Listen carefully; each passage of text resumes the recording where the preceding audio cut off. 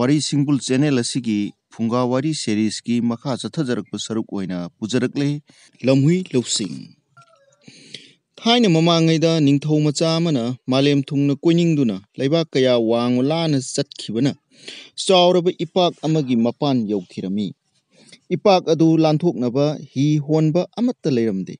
Ningthau macha chinta tawduna famlami. Ipak aduda leiba gumbhir amana Rajkumar bu uraduna mapanda tawkhalaklaga hairei. Nipa macha karigi aduk awaba wakhal khanduna famlibanu. Rajkumar aigi awaba se nangna mateng pangba ngamgadra. Ipak asi lanthok pinaba hi honba amatta kaubigadra. Gumbhirna adugi oire. Aina nangbu soidana lanthok pigani. Gumbhirgi mawa tabada Rajkumar ising iya yauraga nangna ibu sage hairabadi kamdauba. Gumbhirna ai karisu charoi haina wasaklabada Rajkumar thajaduna Gumbhirgi managanda tongkhatkre. Gumbhirna Rajkumar bu puraga ipak adugi iya yaurabada chaninglakuna nupa macha ngasidi ai nangbu chaba taredo. Wadu tabda Rajkumar kibana lawaigi sam junglami. Mahakna Loushing tawduna khumlai.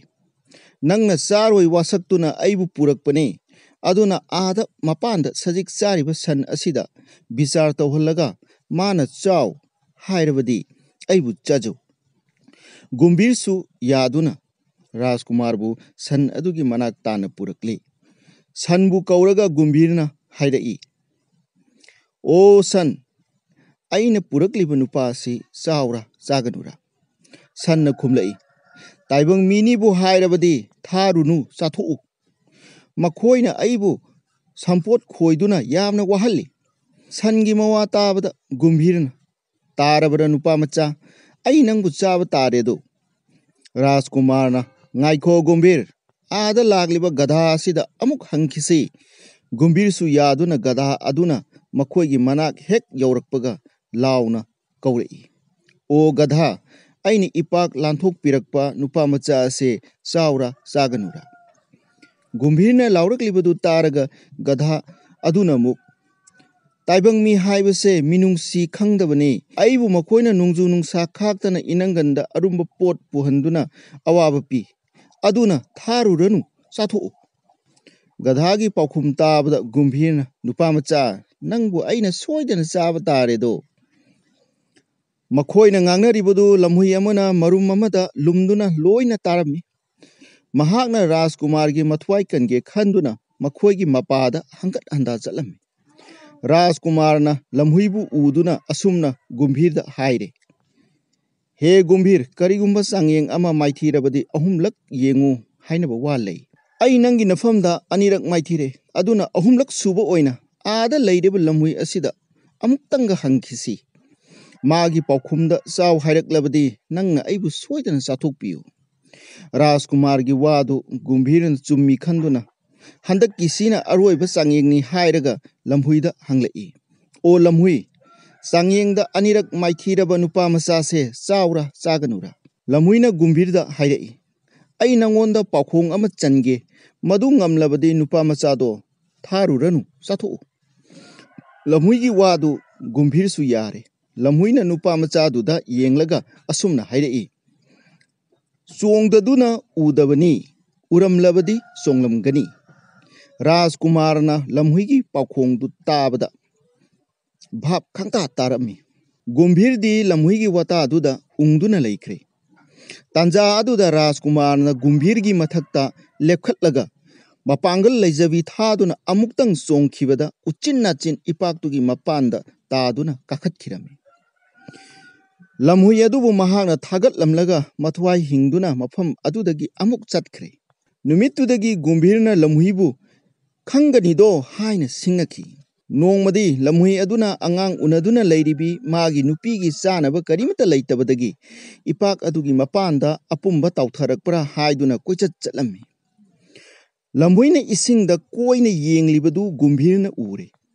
Ngasidi lamhui nang aigi chinjak oirage khalladuna Gumbhirna apumba saduna isienda lubli tawtharami.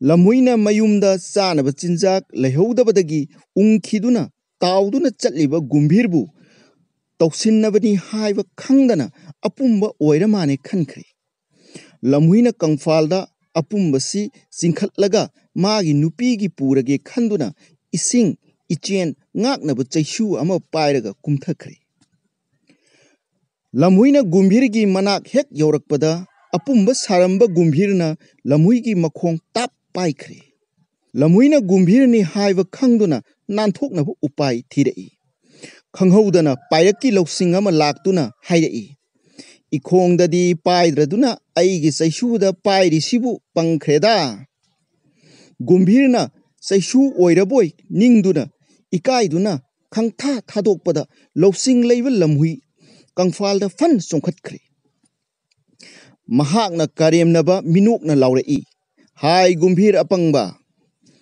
सायाम चाबा थियाम फाइबा नंगनसु लौसिंग लेरबा सिंगलब लम्हुई आइबु सिंगनजबा सारी बोइरे लैहोरो नतिन योतुना मपोक असिदा आइंगोंदगी नंगना ngамगनी हाइबदो खल्लुनु वासी हाइरम लगा इसाई ngंगला जंगल तमना मागी नुपीगी मचिनजाक थीबा चटखिरमी लम्हुइना जंगल अदुदा सा मचा अमतंग फंगलबदी हाइदुना असुम कोइरकपदा माना मथवाई कनखिबा राजकुमार गा अमुक थेंगनरे राजकुमार ना लम्हुइबु उबदा मरुप लम्हुइ कना थीरिबनो लम्हुइना मरुप आई अवाब तारे आई की नुपीदो अंगांग उनदुना लेरी मागी चानब सा मचा थीबदा जंगल से थुंगना कोइरबसु करिगुंबा अमत फंगद्रे राजकुमार ना जंगल अदुदगी शिकार तौदुना सजी मचा अमा हातुना लम्हुइदा पिबिरमी लम्हुइना राजकुमार दा थगत वहाइगा लोइनना मरुप की अवाब तारकपा मतमदा पिकलब सा आइगी मथौ तारकलबदी हाइबिरउ हाइरमलगा हराउना सजी असीबदु चिंगलदुना मकोन तमना हनखिरमी मसीगा लोइनना लम्हुइ लौसिंग कौबा वारी मचा असि मतांग असिदा लोइसिनजरे मथंगी वारीदा अमुक उनरसी ngasiगी ओइनदी काइनदबा याथंग निजरी।